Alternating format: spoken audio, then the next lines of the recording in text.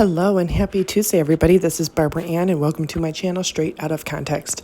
I already and very quickly, unlike many other YouTube and TikTok content creators, have given you my opinion on the Taylor Swift new album, The Tortured Poets Department, which sounds so much like Dead Poet Society to me, or some kind of ripoff of that. I didn't like it. I don't like the lyrics. I don't like the music. Same old regurgitated bullshit. But we're going to go over the lyrics of the songs. And I'm going to show you exactly how unimpressed and boring this is. Especially for somebody who's almost 40 and is trying to really project herself onto the world like the girl next door. The wholesome, Christian, sweet person that's relatable. Okay, no, she's a fully fledged adult woman who's past her prime and past her sexual prime, okay? These are songs that she's writing. Fortnight. I was supposed to be sent away, but they forgot to come and get me. I was a functioning alcoholic till nobody noticed my new aesthetic. Truer words have never been spoken out of Taylor's mouth. She is a functioning alcoholic. Alcohol is a poison. It is a drug. The reason why you get drunk is because of the body's reaction to that poison and trying to rid itself of it, okay? Somebody who is constantly drunk, acting a fool, or constantly seen with alcohol in her hand, constantly talking about wine. Do you know how many songs she has mentioned champagne, wine, alcohol, drunk, anything that has any keyword that pertains to alcohol? It's over dozens of times. It's as bad and as fucking cringe as her use of the word babe. All right? That is something that's so 80s and 90s. When, hey, babe, what's up, babe? Oh, I love you, babe. No. It's so fucking cringe. So fucking cringe. I cannot stand it.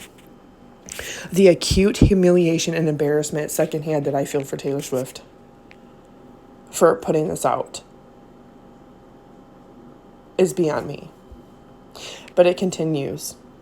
All of this to say, I hope you're okay, but you're the reason, and no one's here to blame. But what about your quiet treason? That is contradictory right there. To always make it seem like somebody else wronged her, somebody else committed treason against her, somebody else is always doing something wrong. It's never her fault, is it? Never. That's a common theme throughout all 11 albums of hers and all of her songs. And for a fortnight there you were, forever running to you. Sometimes ask about the weather. Now you're in my backyard, turned into good neighbors. Your wife waters flowers. I want to kill her. All my mornings are Mondays, stuck in an endless February. I took the miracle move on drug. The effects are temporary. And I love you. It's ruining my life. And for a fortnight there you were, forever running into you. She goes on and on and on. I love you. It's ruining my life. I touched you. Only for a fortnight. And then she goes on to say, I've been calling you, but you won't pick up. That's stalker fucking shit right there. If a man wrote that, he would be canceled. He would be accused of being a stalker, of literally bullying, cyberbullying, virtually, digitally bullying and harassing and stalking. I've been calling you. That's like more than once. I've been calling you numerous times, but you won't pick up. I wonder fucking why, psycho. Another fortnight lost in America. Moved to Florida. Buy the car you want, but it won't start up till you touch me. I've been calling you, but you won't pick up. Another fortnight lost in America. Moved to Florida. Buy the car you want, but it won't start up till I touch you. That is a very stalker fucking vibe right there. If I, like, literally, you've been calling somebody, broke up, and he won't pick up, and you literally move and purchase the car that he wants, and all this fantasy about touching. There's like the sexual innuendo here. And Taylor Swift is, for almost 40 years old, she has been linked sexually, not just date-wise, but sexually to so many people. Her body count is astronomical. She's the same age as me. Well, she's about a year and a half younger than me, but she's the same age group as me. All right, between 30 and 45. Same age group. Same exact era that we were born in. And I'm just so appalled by how many people she has been linked to. My body count is nowhere near a fraction of hers. And that's so fucking cringe because people look at me and like, oh, you're tattooed everywhere. Yeah, but I live my life in accordance to God. And it does not matter what other people's religions are. That does not bother me at all. But I live my life righteously. And this is just a perfect example of how somebody can be blonde hair, blue-eyed, naturally, just like me. I'm a natural blonde, blue-eyed, and try to be presenting themselves like the girl next door, wholesome, Christian, all that, and actually not be. And actually be a fucking demon in sheep's clothing. Sinning from Sunday to Monday and Monday to Sunday. Back and forth and back. Yet it's people that look like me who are the best people that are on this planet because they're the most wholesome. They're the ones that actually care. They're the real empaths.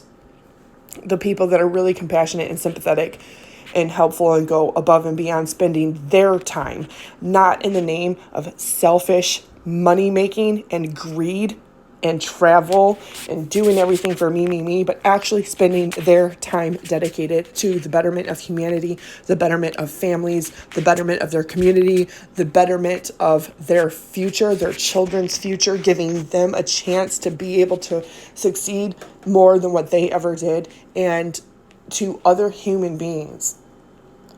And that's what's so ironic when I look at Taylor Swift. She does not fool me, and millions and millions of people across the world are not fools either. But this broken, empty, hollow shell of a human being is telling you in these words that she chooses to write. And it's the same regurgitated bullshit over and over and over in every song in all 11 albums. And I'm sad for her. And I pray for her. I really do, because she's so lost and so depressed. Because I don't know if it's personality disorders or mental health or a combination, a dual diagnosis of both. But Taylor Swift, you have to be narcissistic or have something very seriously wrong with you to do the job that she does. To not only do the job that she does, but to continuously be in the pursuit of staying relevant. And not just staying relevant through your aesthetic, but staying relevant through your music. And appearing to hit and touch and be unique with the younger people that are not of her generation. Because she wants to sell albums to 50 million new younger people that are not almost 40. Because she needs those newer fan base to keep her monetization. How much money is too much money? How much money is enough? How much money do you really need? It's an endless pit that demands everything. And it comes at a price because she doesn't have a family of her own, kids, a husband. She's never had a successful relationship. She's never been able to keep a successful relationship.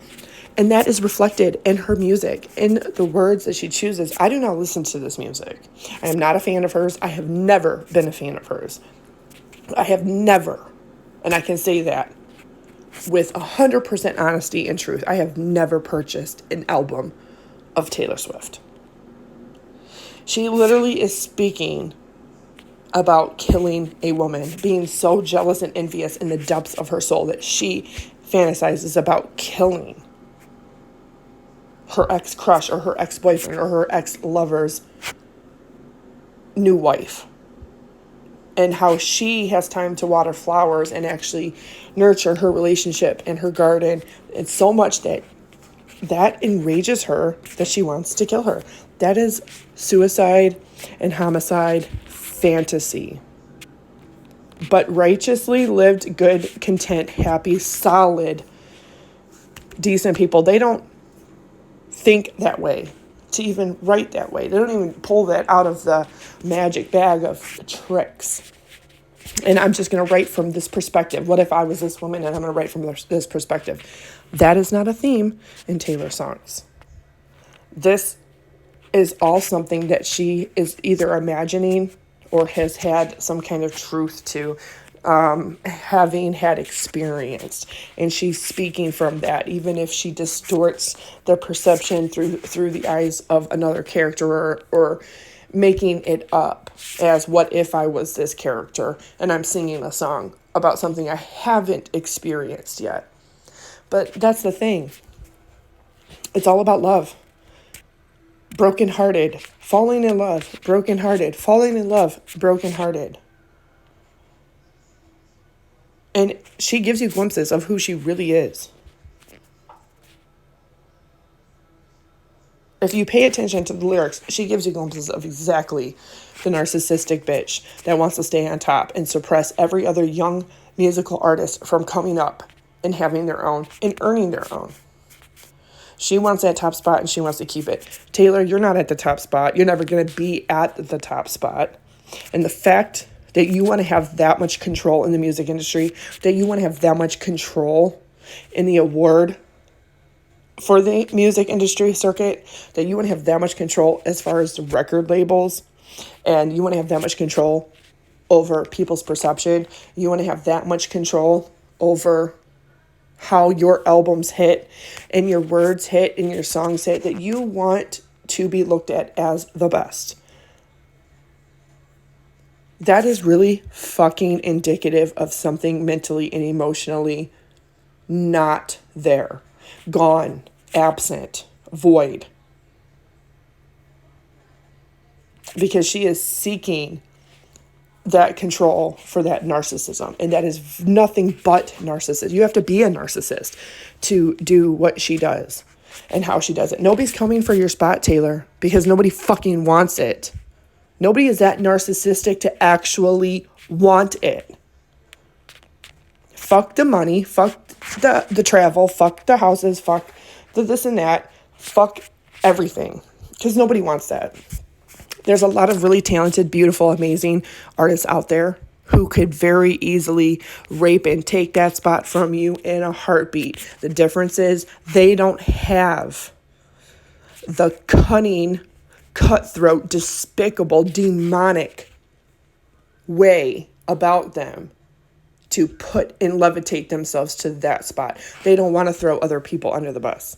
They want to help and arm and shield and work and collaborate with other people. Not the best of the best, but with other people in the music industry, and want to give them their spot.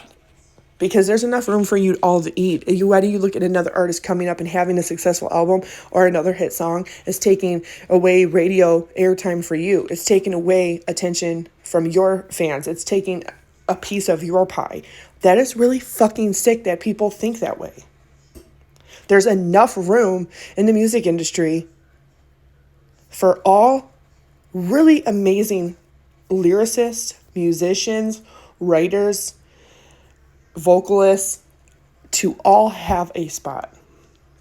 But Taylor Swift, I mean, look at Adele. In 17 years, she's dropped 4 albums and they have been fucking phenomenal. And her voice is phenomenal. The music, phenomenal.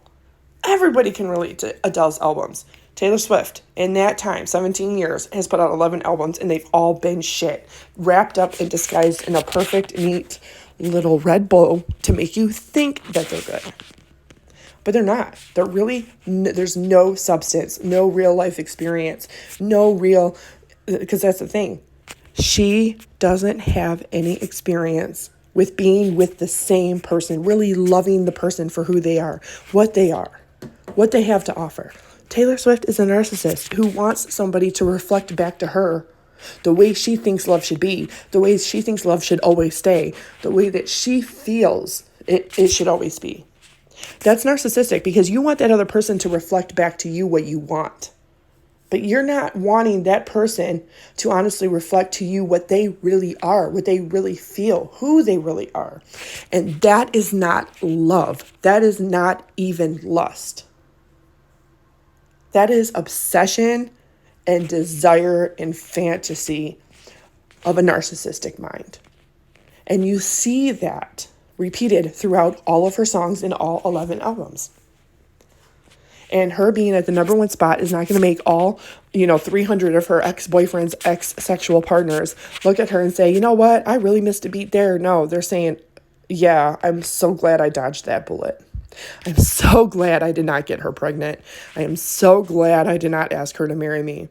Because when you look at the reality, how many people have asked Taylor Swift to marry them? How many people have actually coming back? None. None. And that's because they know something and they see something and they have experienced something that the rest of the world has not. And that is the truth. That is the person that she really is, who is really under the skin of Taylor Swift costume and persona and image that she puts out.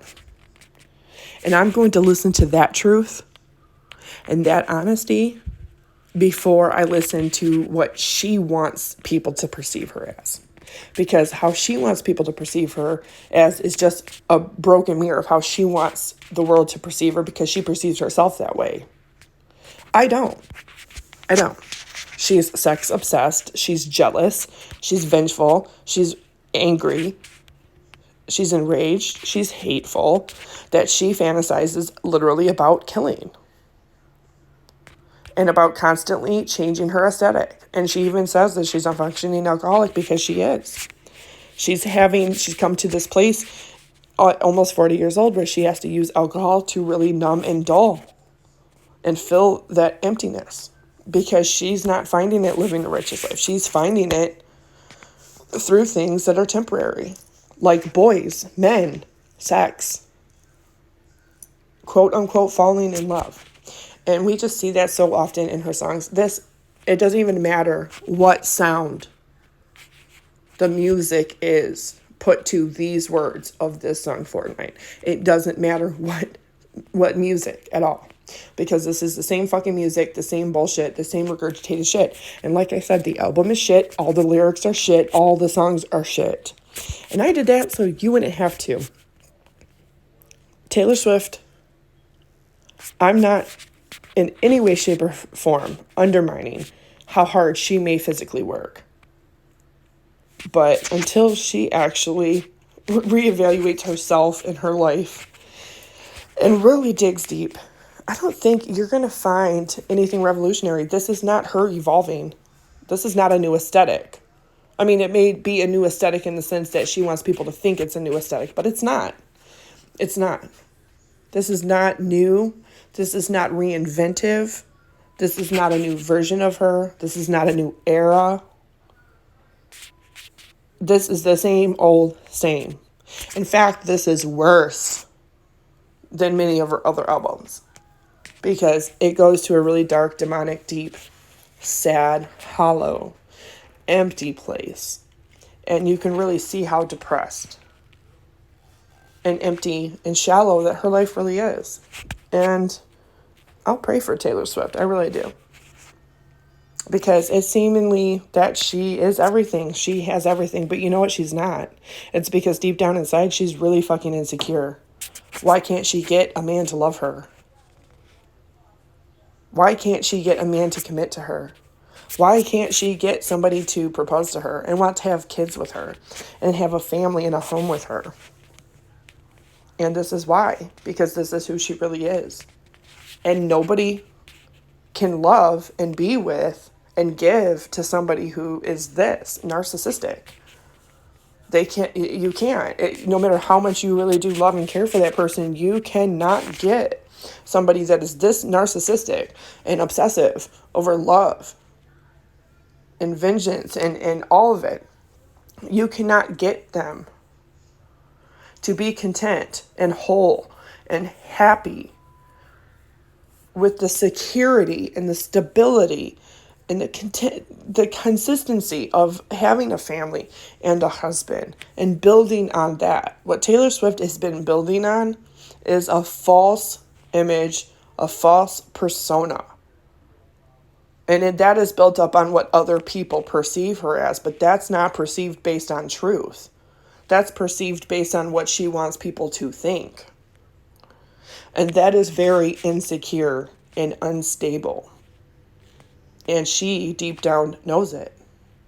That's why you see little hints of the truth speaking in her lyrics. And for me, it's a no-go.